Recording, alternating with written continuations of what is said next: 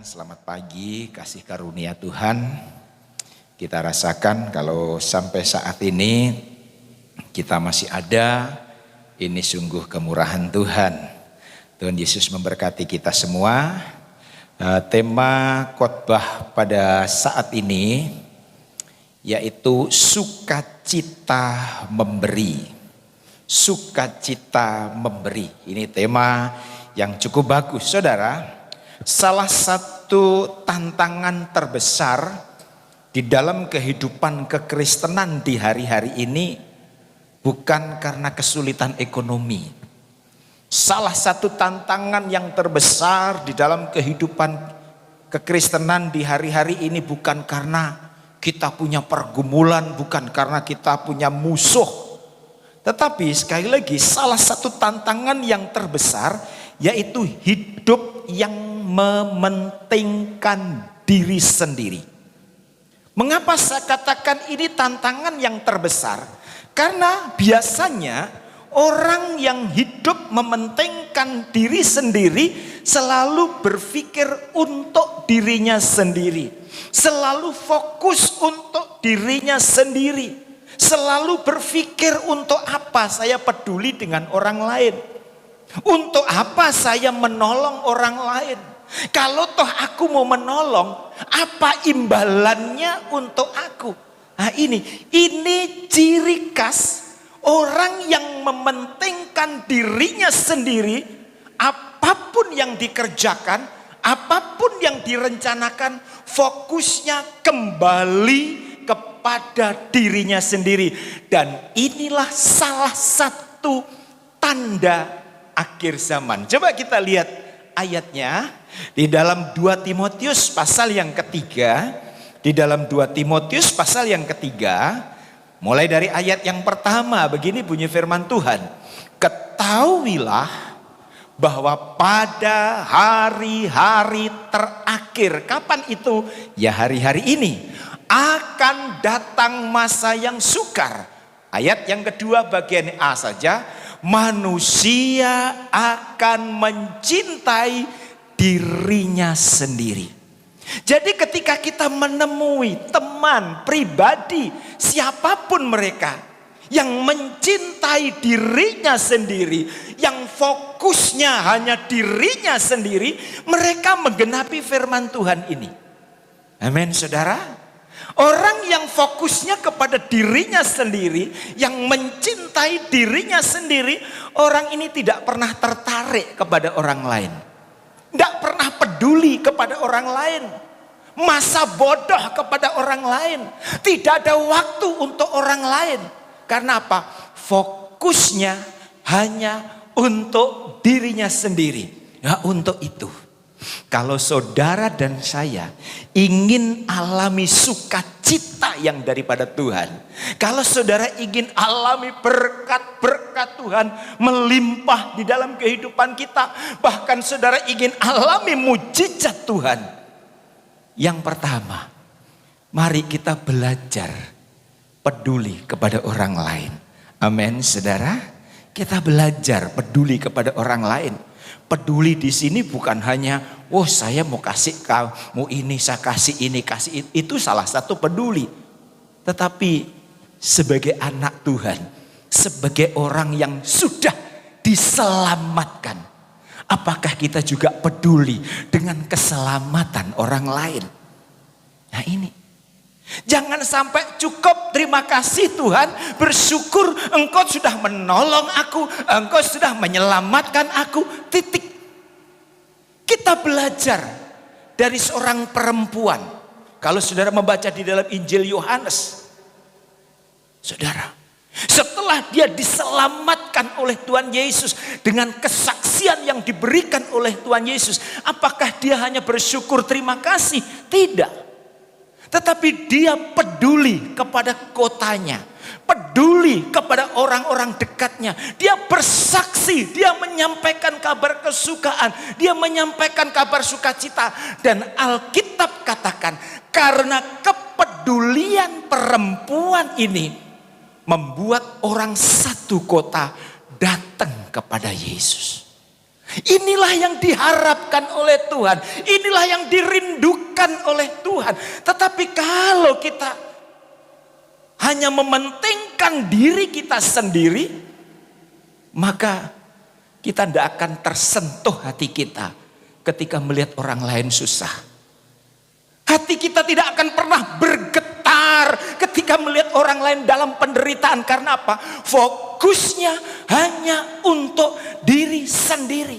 Ayo, kalau selama ini saudara hanya ingin diberi, kalau selama ini saudara ingin diperdulikan, ayo kita robah konsep ini. Amin saudara. Kita robah. Kalau selama ini kita maunya diberi, maunya dipedulikan, ayo kita robah konsep ini. Kita mulai belajar memberi, kita mulai belajar peduli, kita mulai belajar memperhatikan orang lain. Karena apa? Janji Tuhan, ketika kita mau meringankan beban orang lain, Tuhan pun memastikan akan meringankan beban saudara dan saya. Amin saudara. Ketika kita mau belajar mencukupi kebutuhan orang lain, tentu tidak full saudaraku. Tuhan juga akan memastikan kebutuhan kita pun juga akan dipenuhi oleh Tuhan. Mengapa? Dasarnya firman. Coba kita lihat di dalam Lukas pasal 6 ayat 38. Perhatikan ayat ini baik-baik. Berilah dan kamu akan diberi. Ayat ini saja sudah luar biasa. Berilah, kamu akan diberi. Suatu takaran yang baik, yang dipadatkan, yang digoncangkan, dan yang tumpah keluar akan dicurahkan ke dalam ribaanmu. Wow. Takaran akan dipadatkan, digoncang saudaraku. Itu akan menjadi bagian milik kita. Asal beri. Jangan sampai kita hanya menginginkan janji Tuhan, berkat kita melimpah, takaran kita melimpah sampai dipadatkan, tetapi tidak ada sesuatu yang dapat kita berikan. Kita tidak pernah pusing dengan orang lain, kita tidak pernah peduli dengan orang lain. Ayo, kita mau belajar mempraktekkan firman Tuhan ini saudaraku. Kalau saudara ingin alami berkat yang luar biasa, mulailah peduli kepada orang lain. Baik secara jasmani maupun secara rohani. Seperti yang sudah saya sampaikan tadi. Perempuan tadi setelah diselamatkan tidak tinggal diam di rumah lalu bersyukur, hanya setia beribadah, tidak. Tetapi dia sampaikan kebaikan-kebaikan Tuhan, kemurahan-kemurahan Tuhan yang pernah dialami. Dan dampaknya apa? Alkitab mengatakan penduduk satu kota boleh datang kepada Yesus. Amin saudara. Berikan kemuliaan untuk Tuhan kita Yesus Kristus. Inilah harapan Tuhan saudaraku. Inilah impian Tuhan. Walaupun memang secara matematika saat kita memberi, pasti apa yang kita miliki kurang. Ya betul? Saat kita mau memberi, pasti apa yang kita miliki itu kurang. Itulah sebabnya ada dua hal. Memberi itu membutuhkan keberanian. Memberi itu membutuhkan keberanian. Memberi itu membutuhkan kerelaan berkorban. Kalau saudara dan saya tidak memiliki dua hal ini, sulit kita memberi. Sulit kita peduli kepada orang lain. Karena apa? Itu dibutuhkan keberanian, itu dibutuhkan kerelaan. Tadi pagi saya sudah saksikan. Ada sepasang suami istri merindukan, mendambakan, memiliki keturunan dari buah kasih perkawinannya. Dia berdoa dengan sungguh-sungguh sehingga Tuhan dengar doanya. Istrinya mengandung dan melahirkan anak yang cakep, anak yang ganteng. Tetapi saudaraku, di tengah kecakapan, kegantengan anaknya ini, rupanya ada sesuatu fisiknya kurang. Dia tidak memiliki 2 daun telinga. Artinya apa? Dia tidak punya kuping. Tetapi dia bisa mendengar, saudaraku. Setelah anak ini bertumbuh menjadi remaja, mulai menginjak pemuda, teman-temannya mengolok-ngolok. Teman-temannya mencibirnya, teman-temannya menyindirnya. Dan itu bukan hanya membuat anak ini sedih, dan itu bukan membuat anak ini kecewa, tetapi kedua orang tuanya pun juga ikut sedih, saudaraku. Sehingga sebagai orang tua mulai cari tahu siapa yang bisa mendonorkan daun telinga untuk anak saya. Dia cari sana, cari sini, cari informasi. Saudaraku, tidak dapat. Akhirnya satu hari dia ngomong sama anaknya, "Nak, besok kita ke rumah sakit. Sudah ada pendonor yang rela mengorbankan kedua daun telinganya untuk kamu." Wah, anak itu begitu senang, saudaraku, begitu senang. Artinya apa? Mulai nanti kalau saya sudah punya daun telinga, aku tidak akan jadi bahan cerita lagi. Senang, saudaraku. Operasi berjalan dengan lancar. Setelah sehat, anak ini ngomong, saya tanya sama papa mamanya, "Pak, siapa orang yang telah rela mendonorkan daun telinganya untuk saya? Siapa yang berani rela mengorbankan daun telinganya kepada saya? Saya mau berterima kasih, Pak. Saya mau terima kasih." Papanya bilang, "Nak, belum waktunya engkau tahu." "Tidak, Pak, saya harus bersyukur. Saya harus berterima kasih." Bapaknya tetap bilang, "Kamu tidak bisa membalas kebaikannya. Kamu tidak bisa membalas korbannya." Tetap saja ngotot, saudaraku. Tetap saja papanya tidak mau kasih tahu. Nah, setelah anak ini merasa normal, saudaraku, bukannya terus dekat dengan Tuhan, bukannya berterima kasih kepada Tuhan, anak ini semakin sombong. Pada waktu dia masih belum memiliki daun telinga, saudaraku, anak ini begitu dekat dengan Tuhan, anak ini begitu mencintai Tuhan, anak ini begitu menghormati orang tuanya. Tetapi setelah merasa dirinya sudah normal, mulai sombong, mulai kurang lagi datang ke gereja, bahkan mulai melawan papa mamanya. Papa mamanya sedih, saudaraku. Kok anak ini kok berubah setelah fisiknya normal, tidak menghargai orang tua, tidak menghormati papa mamanya. Beberapa tahun kemudian, mamanya karena sakit meninggal. Ketika mamanya ditaruh di peti mati, saudara, dipanggillah anak itu sama bapaknya, "Nak, kamu kesini. Sekarang kamu singkapkan rambut mamamu." Pada waktu disingkapkan, saudaraku, anak ini kaget. Mamanya tidak punya 2 daun telinga. Rupanya donor itu dari mamanya. Anak ini menangis sejadi-jadinya, saudaraku. Karena apa? Setelah dia memiliki daun telinga, saudaraku, dia sering melukai hati mamanya. Membuat mamanya sedih, membuat mamanya menangis, membuat mamanya kecewa, saudaraku. Membuat mamanya sudah tidak bisa apa-apa untuk mengatur pemuda ini, dia menangis. Mengapa, saudaraku, anak ini begitu berani kepada orang tua? Mengapa anak ini setelah normal fisiknya melawan orang tua, melawan khususnya mamanya, tidak dengar-dengar? Karena apa? Dia tidak sadar telinga itu ada karena korban daripada mamanya. Saudara, ada satu pelajaran yang indah dari kisah ini.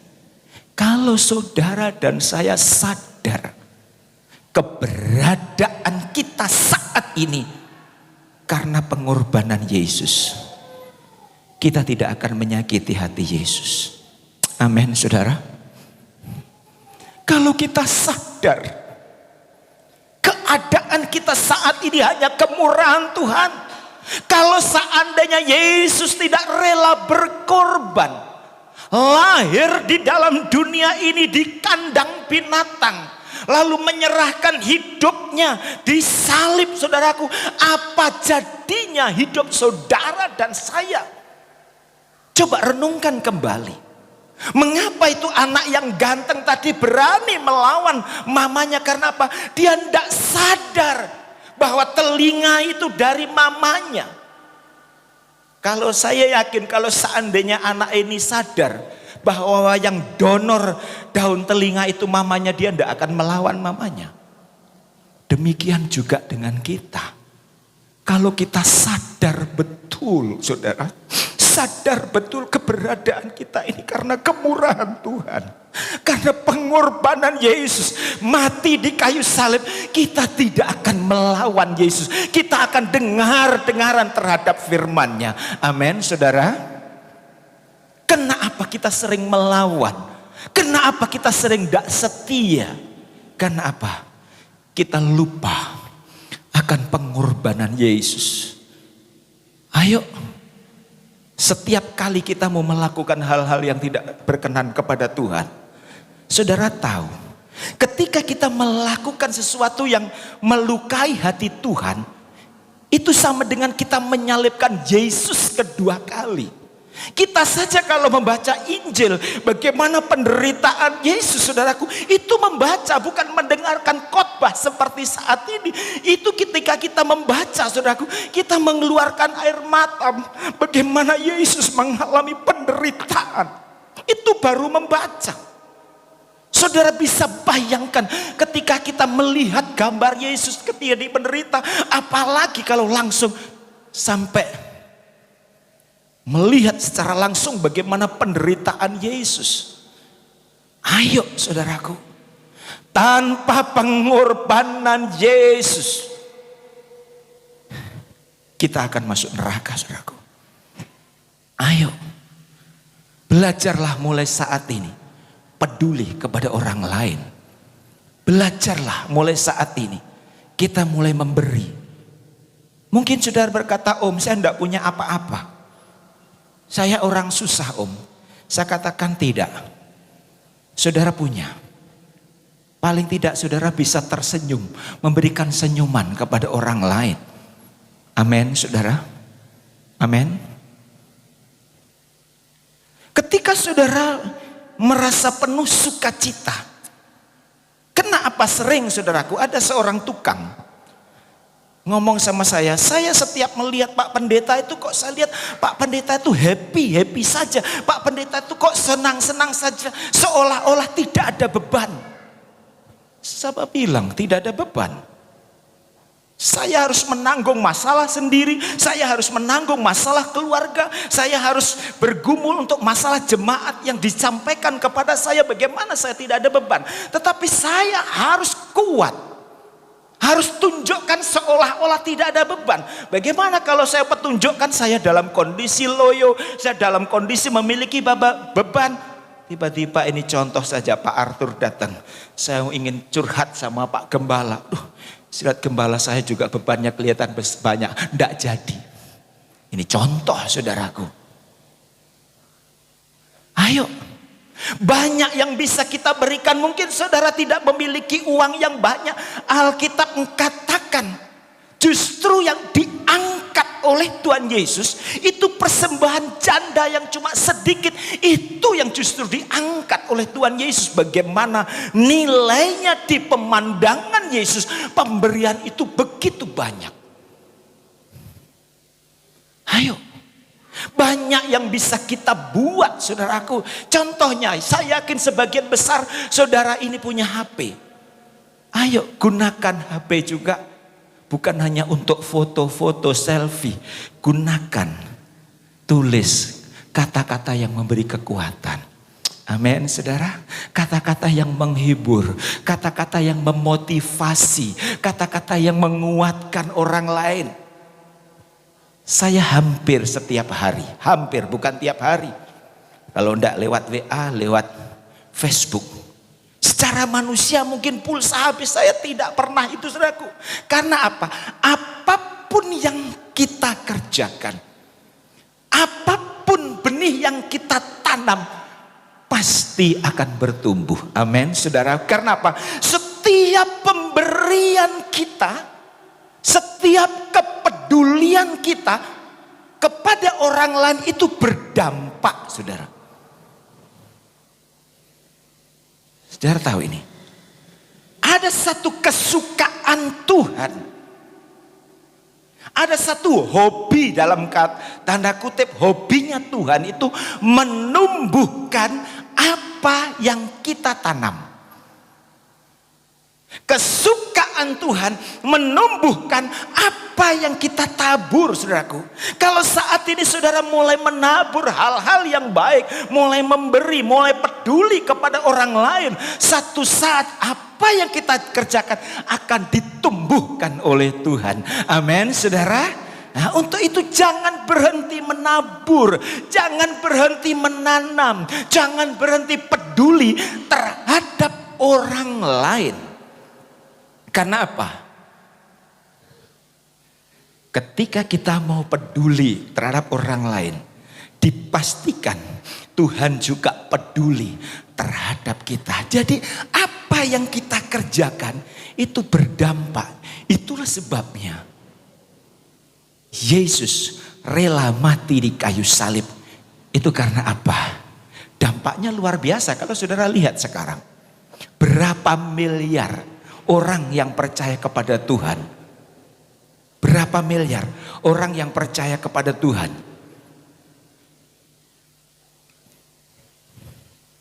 Itu karena apa? Pengorbanan Yesus. Filipi pasal 2 ayat yang ke-8. Filipi pasal 2 ayat yang ke-8. Dan dalam keadaan sebagai manusia, ia telah merendahkan dirinya dan taat sampai mati, bahkan sampai mati di kayu salib. Wow, ini tidak gampang, saudaraku. Ini tidak gampang. Membutuhkan pengorbanan yang luar biasa, membutuhkan keberanian yang luar biasa.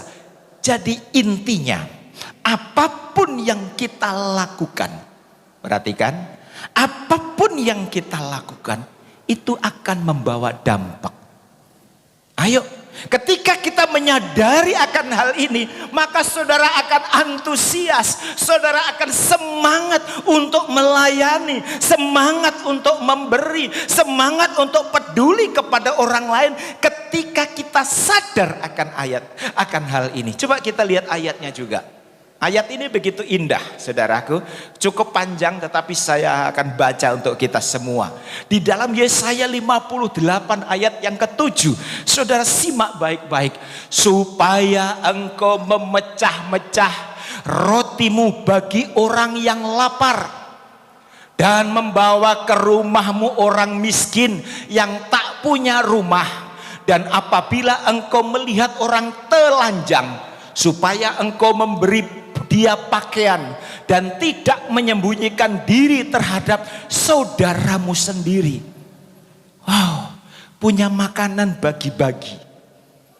Om, sekarang ini lagi sulit, Om.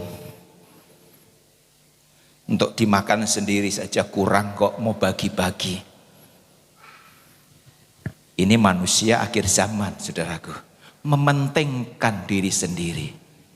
Saya bersyukur jemaat-jemaat di sini, kalau ada pakaian layak pakai, itu dikirim ke pastori. Saudaraku, kami hampir setiap bulan dan bahkan memang setiap bulan selalu ada tamu hamba Tuhan dari berbagai tempat. Saya lihat dia naik kapal. Kalau naik kapal, ini pakaian-pakaian yang layak pakai. Kamu pakai dan yang lain bagi ke jemaat. Nah, saudaraku, kalau yang naik pesawat ya secukupnya karena nanti over bagasi. Saudaraku, saya bersyukur dan berterima kasih. Ada banyak hal yang bisa kita buat. Ada banyak hal yang bisa kita kerjakan, saudaraku. Untuk meringankan beban orang lain seperti tadi. Memecah-mecahkan roti, dipecah, dibagi. Melihat orang tidak punya pakaian atau telanjang, kita bisa bagi. Daripada kita di almari sudah 5 tahun, 6 tahun, 7 tahun tidak pernah dipakai. Apa salahnya kita bisa meringankan beban orang lain. Amin, saudara. Ayat yang ke-8, pada waktu itulah terangmu akan mereka seperti fajar. Wow, saudara lihat. Ketika kita peduli kepada orang lain, Alkitab katakan terangmu itu seperti fajar. Wow. Janji Tuhan yang begitu luar biasa. Janji Tuhan yang begitu luar biasa. Dan lukamu akan pulih dengan segera. Ketika kita sakit, Tuhan tolong, Tuhan sembuhkan sakit kita. Wah, luar biasa, saudaraku. Kebenaran menjadi barisan depanmu. Dan kemuliaan Tuhan barisan belakangmu. Artinya apa? Di luar, di depan kita, di belakang kita, barisan barisan Tuhan ada. Ini sungguh luar biasa, saudaraku. Hal ini akan kita alami ketika kita mulai peduli kepada orang lain. Ketika kita mulai memperhatikan orang lain. Ayat yang ke-9. Pada waktu itulah engkau akan memanggil dan Tuhan menjawab. Ketika kita berseru, ketika kita berdoa, Tuhan menjawabnya. Artinya apa, saudaraku? Antara pemberian kita, antara kepedulian kita dengan berkat-berkat yang Tuhan siapkan itu sebetulnya jauh berbeda. Kita lihat tadi bagaimana janji-janji Tuhan itu begitu luar biasa.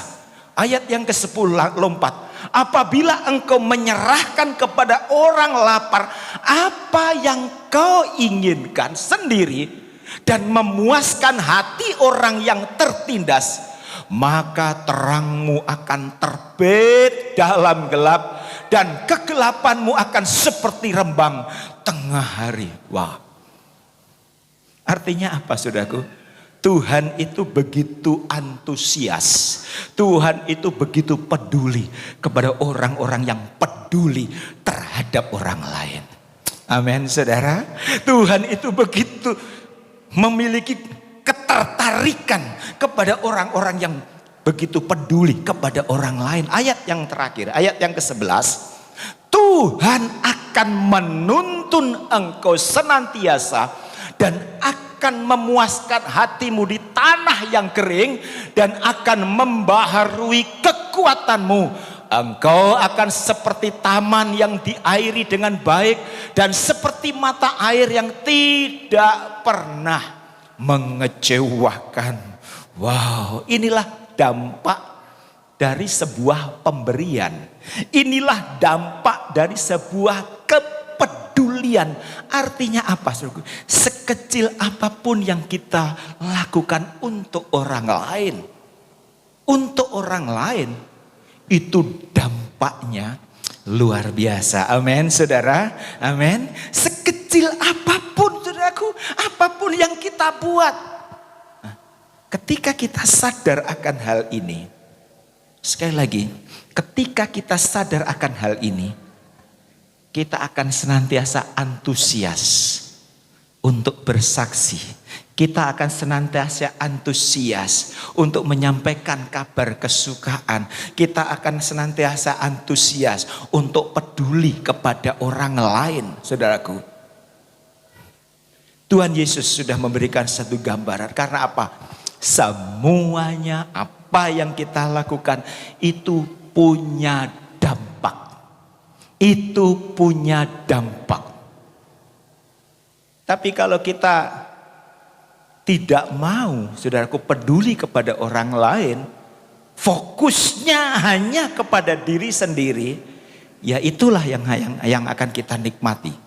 Satu contoh saja, kalau saudara punya biji jambu satu. Lalu saudara tidak mau saudara lempar ke tanah. Atau barangkali biji itu hanya aku ingin di meja saja. Saya tidak mau dilempar, saya tidak mau dikorbankan, saya tidak mau ditanam. Maka biji jambu itu tetap saja satu biji. Tetapi coba ketika dia dilemparkan ke tanah, dia akan bertumbuh dan nantinya menghasilkan buah jambu dan memiliki banyak biji. Ini yang dikerjakan. Coba kita lihat ayat terakhir ini. Di dalam Yohanes pasal 12 ayat 24. Ini berbicara tentang Tuhan Yesus, saudara. Aku berkata kepadamu, sesungguhnya jikalau biji gandum tidak jatuh ke dalam tanah dan mati, ia tetap satu biji saja. Tetapi jika ia mati, ia akan menghasilkan banyak buah. Sekali lagi ini berbicara tentang Tuhan Yesus, di mana dikatakan satu biji gandum kalau tidak rela jatuh dan mati, dia tetap satu biji. Begitu juga dengan Yesus. Kalau Yesus tidak rela mengorbankan dirinya, tidak rela mati di kayu salib, saudaraku, maka tidak, saudara dan saya bukan menjadi ahli waris kerajaan surga. Biji itu tetap satu, tetapi karena Yesus rela mati di kayu salib, rela menderita, menyerahkan nyawanya, menyerahkan hidupnya, dampaknya apa? Sekian miliar penduduk dunia menerima Yesus sebagai Tuhan dan Juru Selamat. Nah, untuk itu ayo saya dorong mulai saat ini, mulailah belajar peduli terhadap orang lain. Sekali lagi, kepedulian ini bukan hanya nilainya, bukan hanya materi, uang, saudaraku, tetapi kesaksianmu didengar orang lain. Amin, saudara. Saya kemarin sore kirim WA sama seorang ibu, bukan jemaat, saudara, bukan jemaat. Kirim WA sama seorang ibu tentang hal ini, tentang memberi, saudara. Bukan jemaat. Saya tabur. Ya, tidak sampai 2 jam, saudaraku. Itu benih itu bertumbuh. Sementara kami latihan, tiba-tiba saya dapat telepon. Om, saya di depan gereja. Lalu saya lihat, wah, ya ada apa, Cik? Saya mau melakukan firman Tuhan. Dia kasih kue, saudaraku, 1 kotak. Saya hitung sekian. Waduh, ini yang hadir malam ini cukup banyak tadi malam. Wah, mau saya belah-belah, ndak ada pisau. Sudah, nanti belah di rumah saja. Jadi siapa yang datang di rumah ya mungkin dapatlah. Nah, jadi gitu, saudara. Kita lihat di sini. Apapun yang kita kerjakan, apapun yang kita buat, apapun yang kita beri itu ada dampak, saudaraku. Nah, sering, saudaraku, kita menginginkan sesuatu yang spektakuler, kita ingin panen raya, tetapi tidak pernah menabur. Ini lucu, saudaraku. Kita ingin memiliki sesuatu yang luar biasa, tetapi tidak pernah ada kepedulian, tidak pernah melakukan sesuatu, menanam. Ayo saya dorong. Saya akan akhiri, saudaraku, khotbah saya ini dengan satu kesaksian.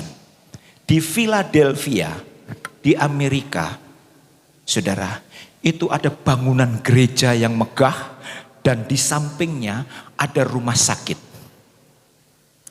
Dan di antara gereja dan rumah sakit itu ada foto anak kecil yang kelihatan kumuh.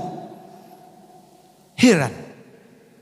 Antara gereja dengan rumah sakit itu bukan fotonya gembala setempat, bukan fotonya direktur rumah sakit setempat, tetapi fotonya seorang anak kecil yang kelihatan pakaiannya kumuh. Rupanya ada ceritanya, saudaraku. Beberapa tahun sebelumnya ada anak kecil yang pakaiannya kumuh, pingin ke gereja. Tapi sama guru sekolah minggu dilarang, saudaraku. Tidak boleh pakaianmu kumuh. Tidak boleh kamu bau. Akhirnya apa? Dia menangis di pojok gereja. Dia menangis, dia sedih, saudaraku sedih. Pingin ibadah, tidak boleh. Dia menangis. Sementara menangis, gembala gereja lewat. Lalu ditanya, kenapa dek kamu menangis? Iya om, saya pingin ke gereja tetapi sama ibu itu tidak boleh masuk gereja. Akhirnya apa? Gembala itu dituntun. Anak ini dituntun sama gembala. Nah, karena gembala yang ngajak, jadi guru sekolah minggu tidak bisa apa-apa. Akhirnya anak ini menjadi jemaat yang setia, saudaraku. Menjadi anak sekolah minggu yang setia. Setia sekali. Satu saat karena penyakit anak ini meninggal. Pihak gereja bertanggung jawab. Setelah dimakamkan, dia bongkar tempat tidurnya, saudaraku, anak ini. Ternyata di bawah tempat tidurnya itu ada dompet dari anak itu. Setelah dibuka ada uangnya 57 sen. Artinya apa? Tidak sampai $1. Waktu dibuka ada uang 57 sen. Ternyata dekatnya uang itu ada surat kecil. Di situ ditulisannya begini. Tuhan Yesus, saya senang masuk gereja itu. Saya senang sekali, saya bisa mendengar cerita tentang firman. Saya bisa bertumbuh di situ. Tapi Tuhan, gereja itu makin lama makin sempit Tuhan. Ini saya punya uang sedikit, akan saya persembahkan untuk gereja. Wow, 57 sen, tidak sampai $1. Anak ini mau persembahkan, saudaraku. Belum sempat dipersembahkan dia mati. Lalu uang dan surat itu, saudara, dikasihkan sama Bapak Gembala. Lalu hari Minggu Gembala umumkan kepada jemaat, saudara-saudara, kita mendapatkan bantuan dari seorang anak kecil. 57 sen. Dia sambil cerita riwayat anak ini, saudaraku. Akhirnya jemaat terharu, saudaraku. Jemaat langsung menangis dan spontan, saudaraku. Jemaat langsung berkorban, langsung memberi untuk pembangunan gereja. Nah, rupanya di antara jemaat itu ada wartawan. Setelah mendengar kisah itu, wartawan langsung catat, saudaraku, itu di situ judulnya, anak kecil yang kumuh membantu gereja 57 sen. Koran tersebar. Dan setelah koran itu dibaca sama penduduk kota, ada seorang developer besar di kota itu juga membaca. Wow, apa yang dikerjakan developer ini? Dia pergi ke gereja, menemui gembala. Dia ngomong, Pak Pendeta, di tengah kota ini saya punya tanah luas, Pak Pendeta. Pak Pendeta beli untuk pembangunan gereja. Pendeta bilang, kami dapat uang dari mana? Apalagi tanah di kota pasti mahal. Developer bilang, tidak Pak Pendeta, bayar tanah saya 57 sen. Saudara, pendeta kaget, saudaraku. Bayar tanah saya dengan 57 sen. Kita lihat di sini. Dampak pemberian dari anak kecil membuat gereja itu memiliki tanah yang luas. Amin, saudara. Berikan kemuliaan untuk Tuhan kita Yesus. Bukan cuma gereja yang jadi besar, akhirnya dia juga karena tanahnya luas, dia juga bangun rumah sakit, sehingga untuk mengenang jasa dari anak ini, saudara. Bukan fotonya gembala, bukan fotonya direktur rumah sakit, tetapi fotonya anak ini. Dengan kata lain, sekecil apapun yang kita lakukan untuk surga, untuk orang lain ada dampak. Saudara, jangan berpikir ini gereja ini membutuhkan uang yang begitu banyak, mana mungkin saya bisa bantu, saudaraku. Saudara tahu,